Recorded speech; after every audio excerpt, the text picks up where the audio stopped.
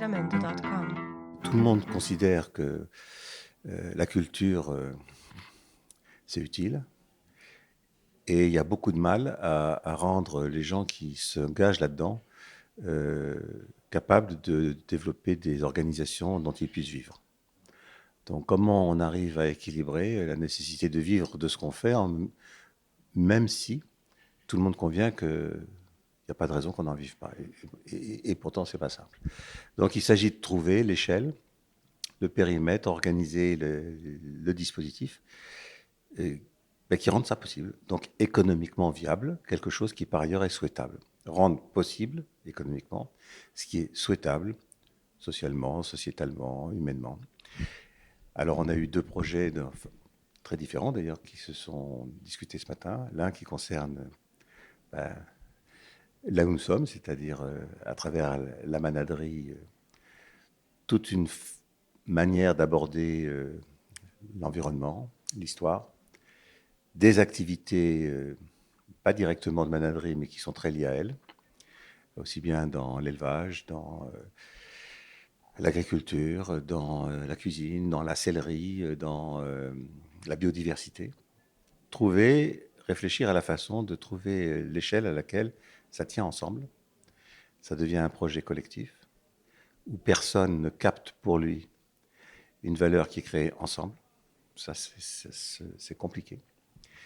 Et qui soit suffisamment mature pour être exposé, discuté, et donc trouver les partenaires dont on a besoin, ne serait-ce que pour monétairement la rendre viable. Les questions nouvelles de la société, le service, le développement durable, s'inquiéter de savoir comment le monde tient debout, ça sollicite des compétences qui ne sont pas encore construites comme des métiers. Donc il y a un écart entre ce à quoi les métiers renvoient, c'est des compétences qui ont eu leur pertinence et qui le garderont en partie, hein, dans un monde d'hier, on va dire, assez stable, et puis les besoins de compétences à professionnaliser sur des questions émergentes. Et donc, moi, je vois bien que dans les activités de service, il y a des besoins qui appellent des compétences qui n'ont pas encore le nom d'un métier.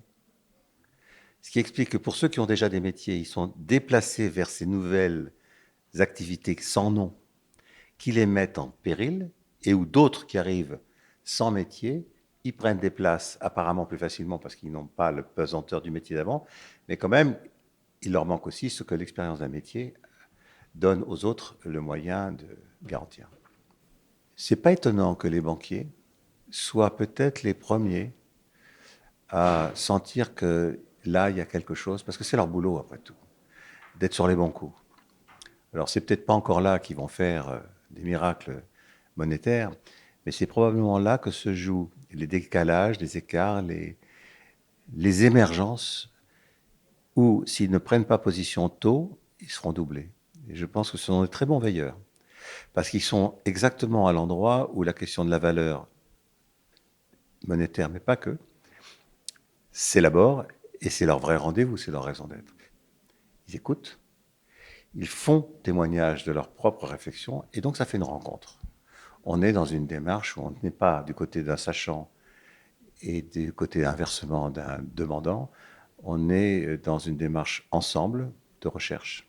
On est dans de la recherche, dans le sens plein de ce mot, avec tous ceux qui se trouvent suffisamment intéressés par les questions avant de se jeter sur les solutions.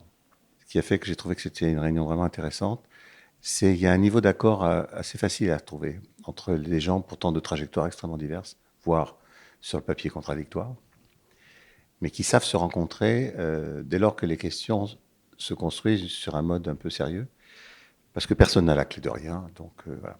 Ce que j'ai appris, c'est ça, c'est que on n'a pas besoin de savoir pour travailler, quoi. Ce qu'il faut, c'est être dans l'envie de chercher.